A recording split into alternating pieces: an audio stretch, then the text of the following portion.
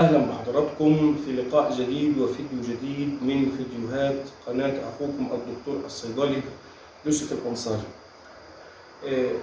يعني حضراتكم يمكن ملاحظين انتشار حالات الأنيميا وسط الحوامل وأثناء الولادة والناس اللي بتدور على كيس دم، وبيحصل يعني ناس كتير الأنيميا عندها بتكون نازلة عن النسبة الطبيعية، وتكون النسبة اللي عندها يعني قليلة بفارق كبير عن النسبة اللي المفروض تكون عند أي شخص طبيعي، بالرغم من إنها بتاخد أو بياخد مكملات الحديد أو بياخد عنصر الحديد في صورة مكملات غذائية سواء كانت دوائية أو غير دوائية.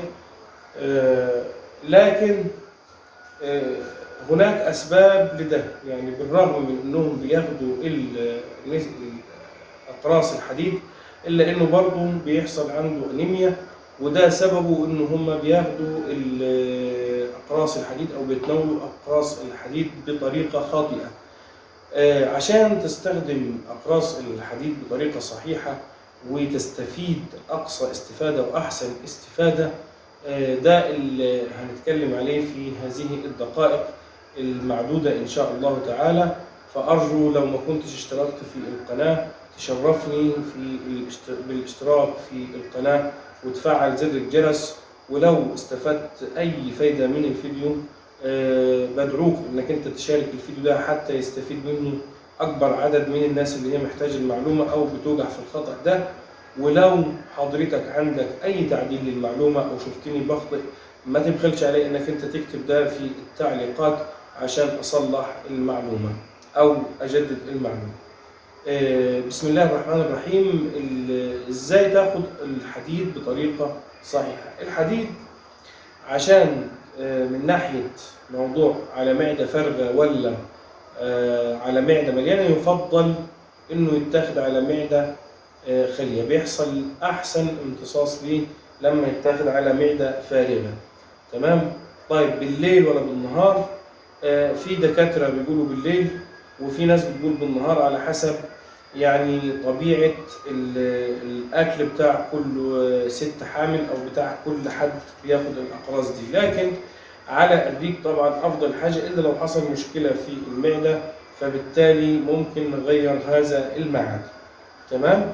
يبقى أول حاجة بالنسبة لي على معدة فارغة ولا على معدة ممتلئة، لا الأحسن وبيحصل له امتصاص على معدة فارغة. تمام؟ فيتاخد يا إما قبل الأكل بساعات أو بعد الأكل بساعتين. دي أول معلومة. تاني معلومة، ما ينفعش أنا آخد عنصر الحديد أو قرص الحديد وآخد قبله أي أدوية قبله بساعة ولا بعده بساعة. يعني لو ميعاد الحديد بتاعي أو ميعاد تناول قرص الحديد الساعة 6، يبقى ما ينفعش من الساعة 5 ل 6 آخد أي دواء، ومن 6 ل 7 ما ينفعش آخد أي دواء. تمام؟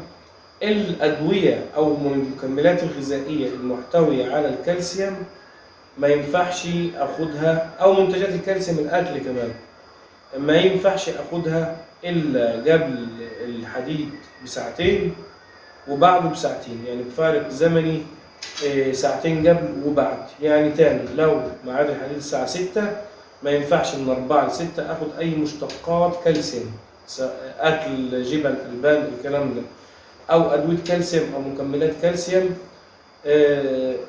من 4 ل 6 وبعده من 6 ل 8.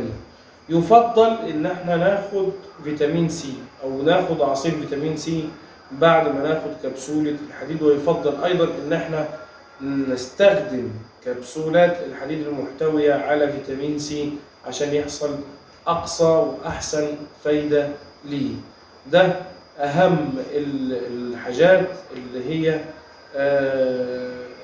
يعني إزاي تاخد الحديد بطريقة صحيحة عشان تستفيد منه أقصى استفادة، مش اللي الناس بتاخده بعد الغداء مباشرة وما عندهاش مشاكل في المعدة، وناس بتاخد قبله قهوة وبعده شاي.